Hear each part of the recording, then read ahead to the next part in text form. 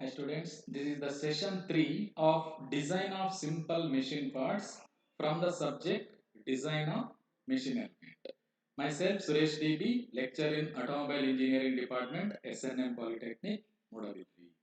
Now let us see the table of content. That means the topics we are going to discuss today in this session number 3.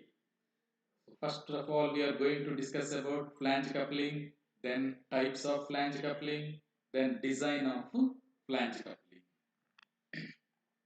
Now let us see about flange coupling.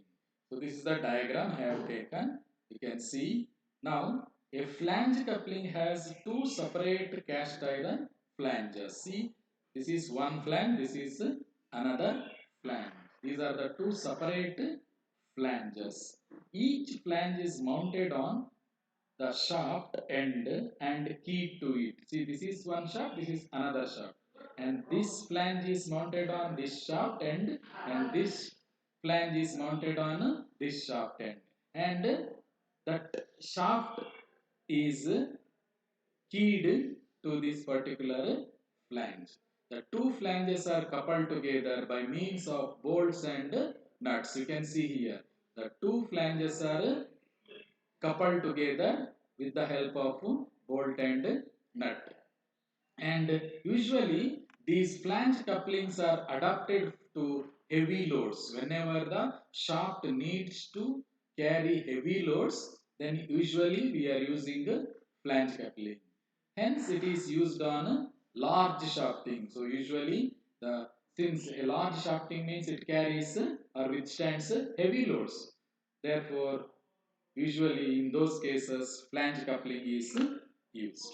Now let us see types of flange coupling. There are three types of flange couplings used in the designs.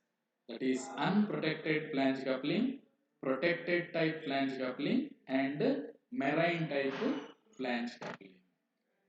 Now first let us see about this protected type flange coupling. So this is the diagram. You can see here D. So this is the D which is the diameter of the shaft, or it is also the inner diameter of the hub. This is the hub, this part is called hub and this is the inner diameter of the hub. So inner diameter of the hub should be equal to the outer diameter of the shaft, that is D.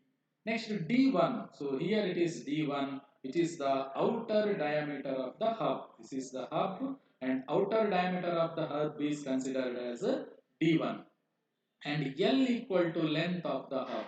See here from here to here. This is the length of the hub. This length of the hub is called L. And D2 equal to pitch circle diameter of the bolt. See here, this is the pitch circle diameter. D2 equal to pitch circle diameter. That means on that particular circle, we are fixing the bolt. The center of the bolt fixed onto that particular imaginary circle. So that is called actually pitch circle diameter. And D3. So this is the D3 and it is the outside diameter of the flange. And this is the thickness of the flange. T equal to thickness of the flange.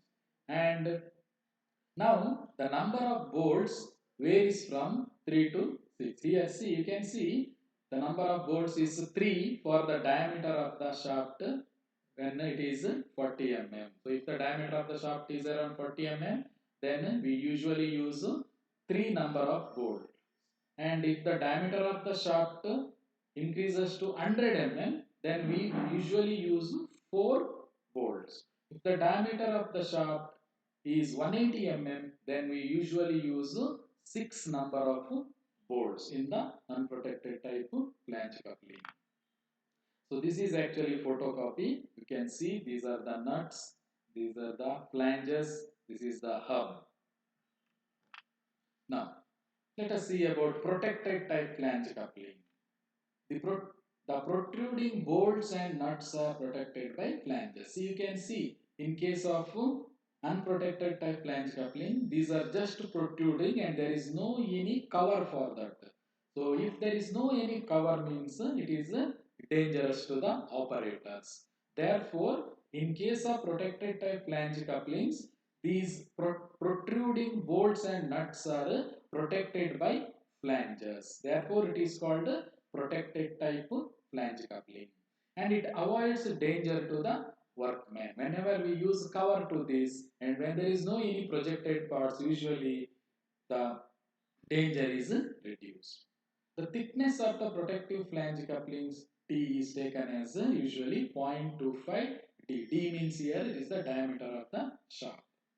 The other proportions of the coupling are same as unprotected type flange coupling. So whenever we are designing protected and unprotected type flange coupling, only difference you can see is the thickness of the flange coupling or protective flanges. The extra part, this is the extra part, thickness of protective flange. All the other things are designed as unprotected type flange coupling.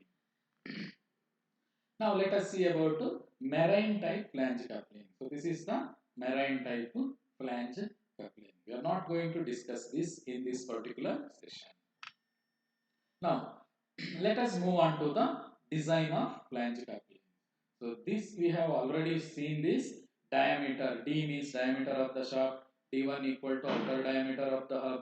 Small letter d equal to outside diameter of the bolts.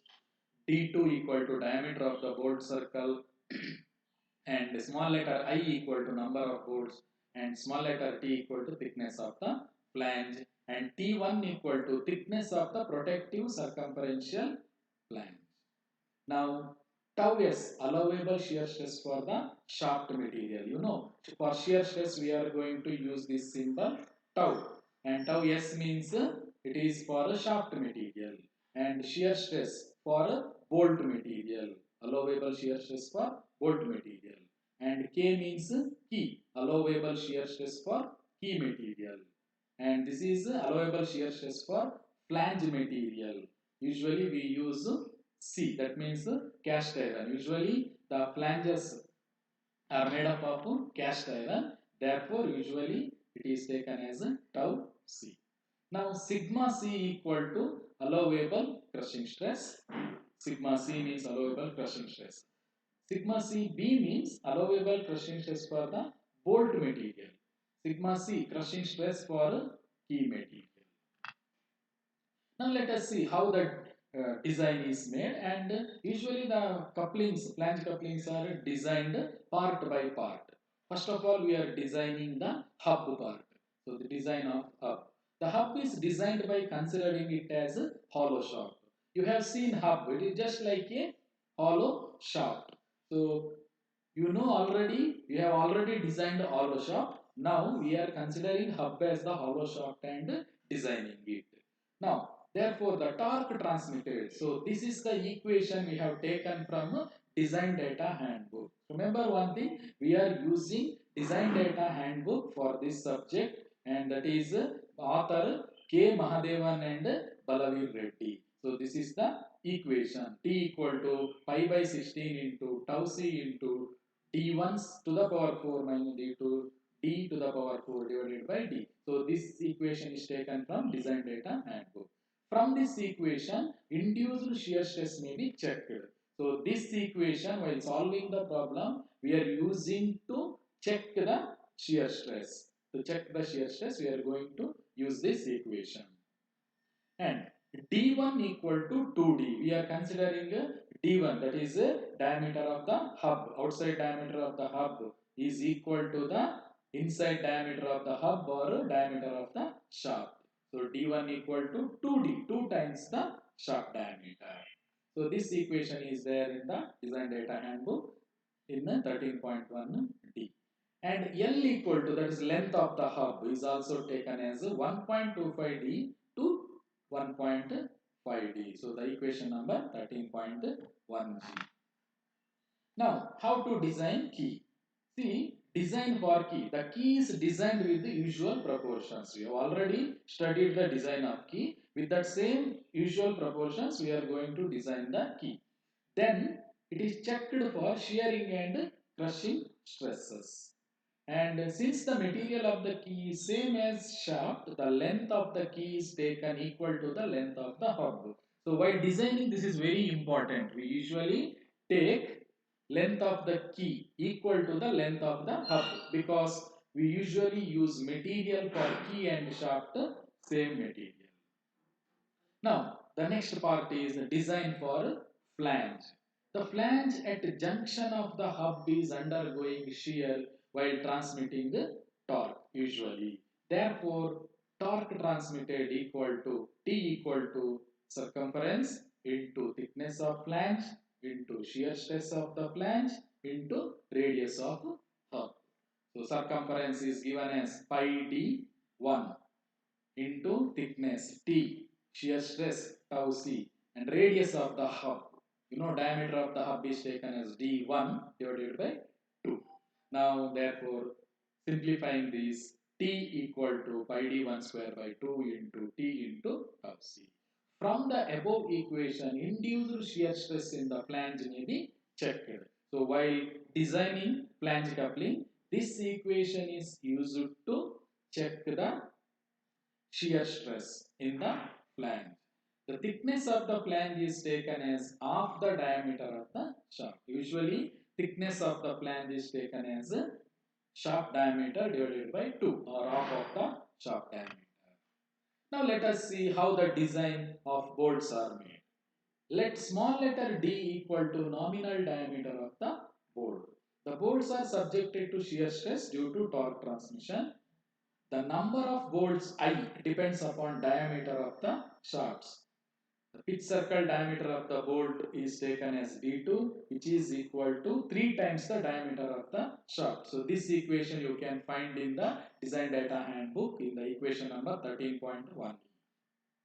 Next, we know that load on each bolt equal to 5 by 4 into d square into stress, shear stress on the bolt. Therefore, total load on all the bolts is the load on one particular bolt, and if you want to get the load on all the bolt, multiply it by number of bolts. So then we will get torque transmitted T equal to pi by 4 into d square into tau b into I into d2 by 2. Or simplifying, we get like this: T equal to tau by tau into pi into I into d square into d2 divided by 8. And this equation you can find in design data handbook in the number 13.2c. And from this equation, diameter of the bolt can be find out. Now, the diameter of the bolt may be checked in crushing. We know that area resisting crushing of all bolts equal to I into D into T. The crushing strength of all the bolts, that means into crushing strength. So then we will get torque transmitted equal to sigma B into I into T into small letter d into capital letter D2 divided by 2. And once again, this equation you can find in data handbook in equation number 13.2d. From this equation, induced crushing stress in the bolt may be checked. So this is the induced crushing stress in the bolt that can be checked using this particular torque equation. And I have used the textbook of machine design, which is the author of R.S. Gurmi and J.K. Gupta. And I would like to thank our chairman, LMS coordinator, moderator, and subject expert. Thank you.